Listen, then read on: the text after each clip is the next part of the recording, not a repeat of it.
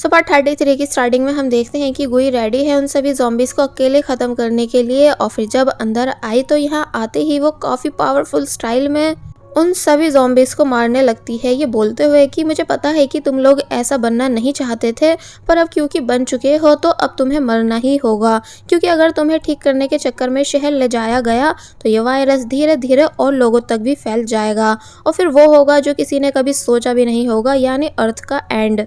इसलिए मैं अर्थ प्लैनेट को बचाने के लिए तुम सभी को यहीं पर मार दूंगी। वैसे गुई की बात एकदम ठीक भी है, क्योंकि हमेशा ज़ॉम्बीज़ को ठीक करने के चक्कर में ही वायरस फैलता है। बट गुई यहाँ इसलिए परेशान होने लगती है क्योंकि वो अपनी काफ़ी सारी पावर यूज़ कर चुकी थी, तब भी ये लोग मर नहीं रहे थे, इसलिए समझ नहीं पाई कि अब भला मैं इन्हें किस तरह मारूं।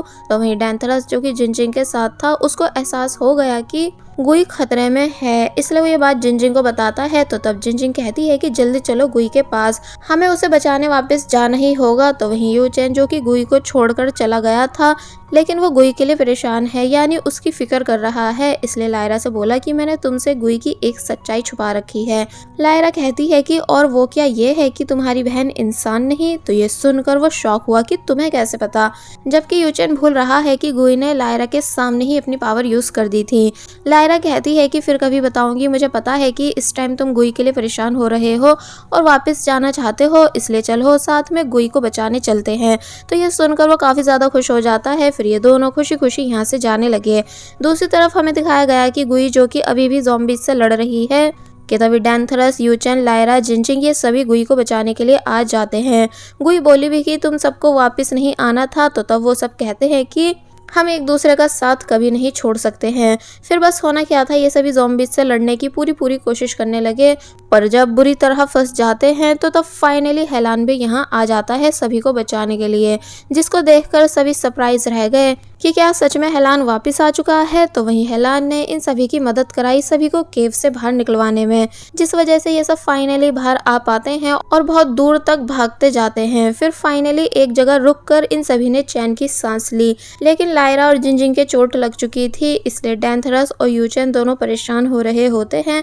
मगर फिर नॉनस्टॉप हेलान से काफ़ी सारे क्वेश्चंस करने लगे कि आखिर तुम कहाँ गायब हो गए थे और तुम कैसे यहाँ तक आए हो। तो तब हेलान इन्हें पूरी स्टोरी बताता है कि एक्चुअली हुआ ये था कि जब उस रात हेलान बाहर सभी की सेफ्टी के लिए जागा हुआ था, तो तब उसने किसी को स्पीड से भागते हुए देखा था, इसलिए हेलान उस पर्सन का पीछा करने लगा था।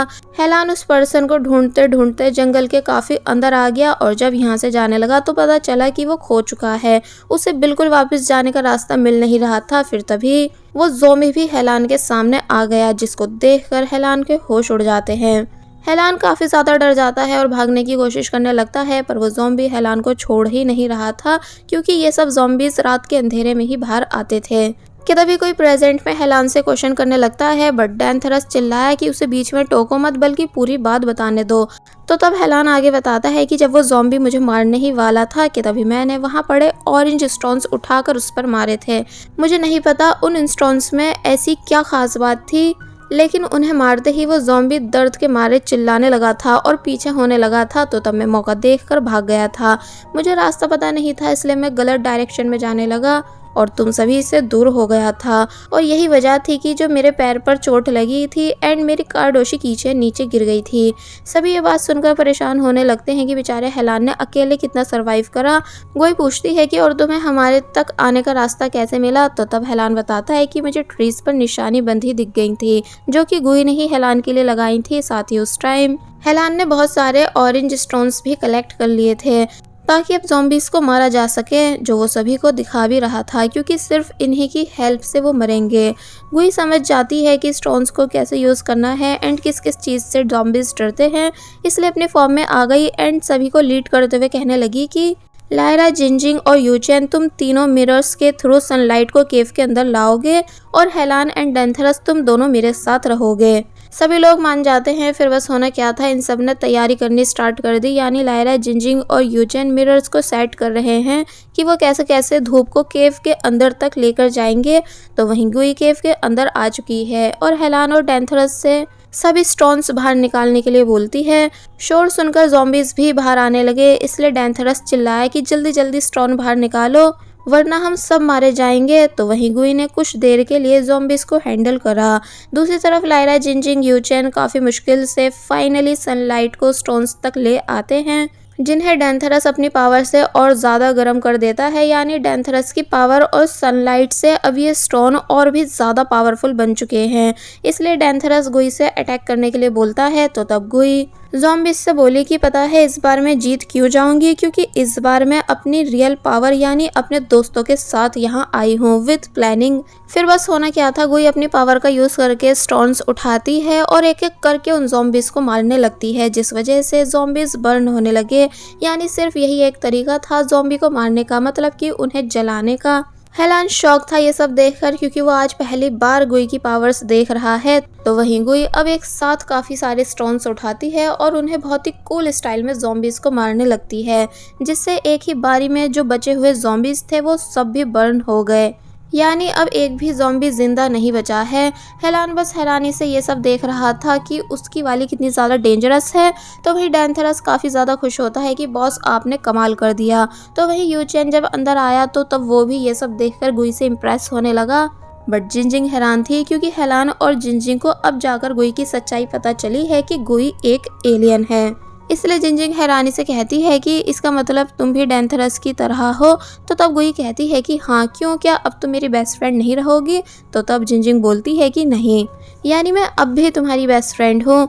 यूचेन बोलता है कि मेरे तो मज़े आ गए, यानी मेरी बहन एक एलियन है और मेरी गर्लफ्रेंड डिस्ट्रिक्ट 7 की हेड, इसने मेरी तो निकल पड़ी, मुझे तो बहुत ही ज़्यादा प्राउड फील हो रहा है।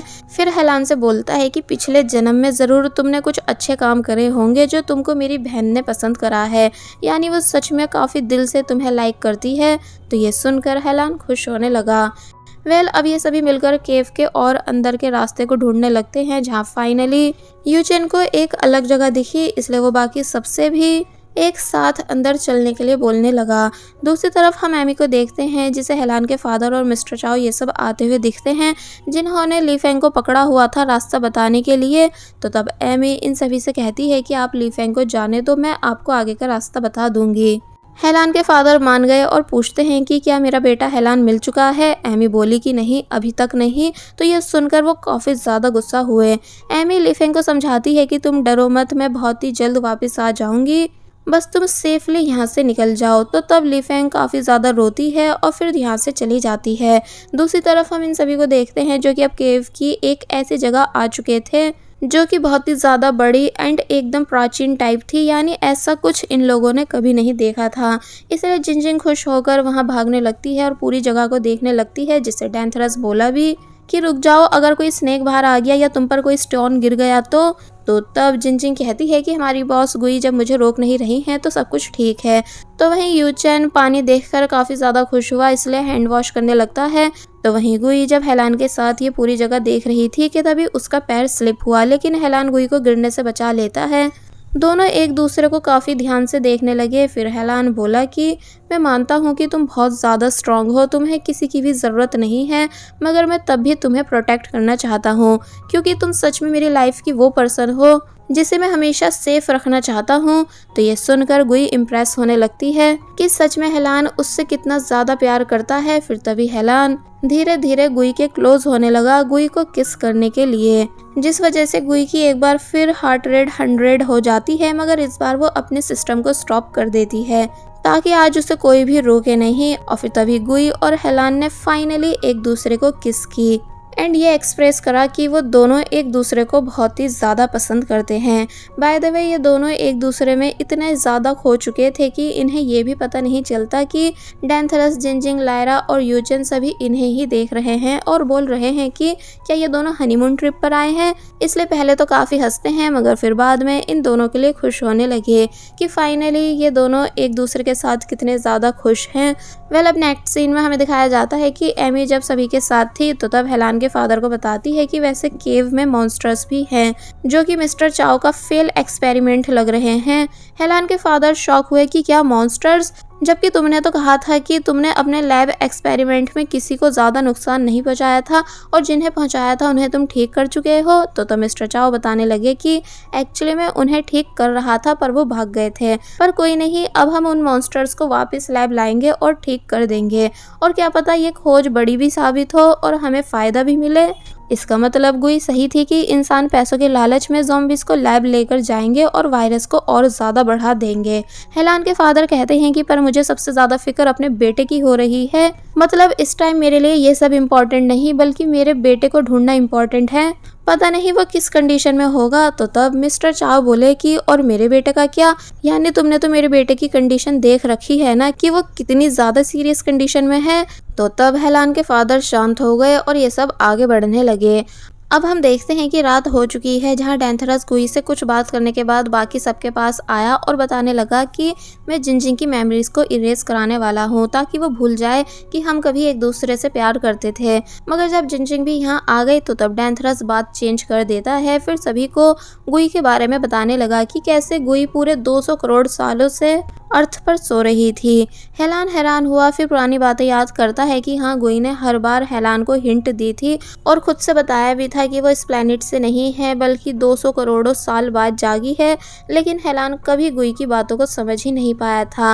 अब हम हेलान को गुई से बात करते हुए देखते हैं, जहाँ हेलान पहले सॉरी करता है कि मैं कभी तुम्हारी मजबूरी समझा ही नहीं था और ना ही तुम्हें समझ पाता था, बस तुमसे नाराज रहता था। तो वहीं गुई भी सॉरी करती है कि मैं भी अपनी सच्चाई तुम्हें बताने से डरती थी। हेलान पूछता है कि तुम्हें स्ट्रॉन क्यों चाहिए, तो तब वो बता देती है कि एक तो मुझे उसकी हेल्प से घर वापस जाना है, प्लस वो मेरी एक ऐसी पावर है जो मुझे अपने प्लेनेट को देनी ही होगी। उसको छुपाने के लिए ही मैं करोड़ों साल अर्थ पर सोई थी। तो तब हेलान बोला कि मेरे डैड को भी वो स्टोन चाहिए, काश ऐसा हो कि वो स्टोन हमें यहाँ मिले ही नहीं, फिर डैड भी अपने पागलपन को छोड़ देंगे और तुम भी मुझे छोड़कर नहीं जाओगी। तो ये सुनकर गुई इमोशनल होने लगती है, यानी रोना शुरू कर देती है। हेलान रिक्वेस्ट करता है कि प्लीज़ मेरी मेमोरीज को इरेज मत करना क्योंकि मैं तुम्हारी यादों के साथ जीना चाहता हूँ। तो तब गुई हेलान के काफ़ी कहने पर इस बात के लिए मान जाती है और बस वो हेलान से दूर होने का सोच कर रोती जा रही है। दूसरी तरफ जिनजिंग सो चुकी थी, इसलिए डेंथरस गुई के पास आया और जिनजिंग की मेमोरीज इरेज करने के लिए कहने लगता है। दोनों ये सब डिस्कस कर ही रहे थे कि वो कैसे मजबूरी में जिनजिंग की याददाश्त को मिटा रहे हैं, लेकिन जिनजिंग सब सुन लेती है। इसलिए डेंथरस से बोली कि तुम क्यों मेरे साथ ऐसा करवा रहे हो? तुम जाना चाहते हो, मैंने तुम्हारे डिसीजन को गलत नहीं कहा, पर तुम्हें यह हक किसने दिया कि तुम हमारी अच्छी यादें भी मिटा दोगे? डेंथरस काफ़ी मांगने के बाद जिनजिंग को पकड़ लेता है और गुई से काम शुरू करने के लिए बोलने लगा। जिनजिंग काफ़ी बुरी तरह रोने लगी और गुई से रिक्वेस्ट करती है कि प्लीज़ ऐसा मत करो। तो तब ये सब देखकर गुई भी रोना शुरू कर देती है। डेंथरस ने जिनजिंग को बेहोश कर दिया और फिर खुद भी काफ़ी ज़्यादा रोने लगा क्योंकि वो ऐसा चाहता नहीं है, लेकिन वो ऐसा इसलिए करवा रहा है ताकि डेंथरस के जाने के बाद जिनजिंग खुश रहना नहीं छोड़े। इसलिए जिनजिंग की मेमोरीज को इरेज करना ही ठीक होगा ताकि वो बस डेंथरस को भूल जाए। गुई जिनजिंग की वो सभी मेमोरीज इरेज कर देती है जिसमें वो डेंथरस के साथ थी और बस फिर इसी सीन के साथ ये पार्ट यहीं पर एंड हो जाता है। There was a time when you had me falling to the ground. For next part, please subscribe my channel and hit the bell icon. Thank you.